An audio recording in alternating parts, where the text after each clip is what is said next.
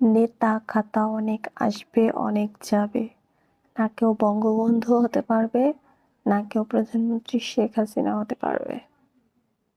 কারণ বঙ্গবন্ধু সর্বপ্রথম নিজের দেশের কথা চিন্তা করেছে, জনগণের কথা চিন্তা করেছে। শেখ হাসিনাও তেমন দেশের কথা চিন্তা করেছে, জনগণের কথা চিন্তা করেছে, গরিব দুঃখী মানুষের কথা সর্বপ্রথম ভেবেছে। আর বর্তমানে যারা অবৈধ দখলদার বাহিনী, তারা কোনোদিনও মানুষের কথা ভাববে না। যদি ভাবতো তাহলে বিজনেস যারা করে তাদের 57% ট্যাক্স ভ্যাট দেওয়া লাগতো না। এই জন্যই টেনুস বলেছে, চাকরির কথা কেন ভাবো, সবাই বিজনেস করার কথা ভাবো।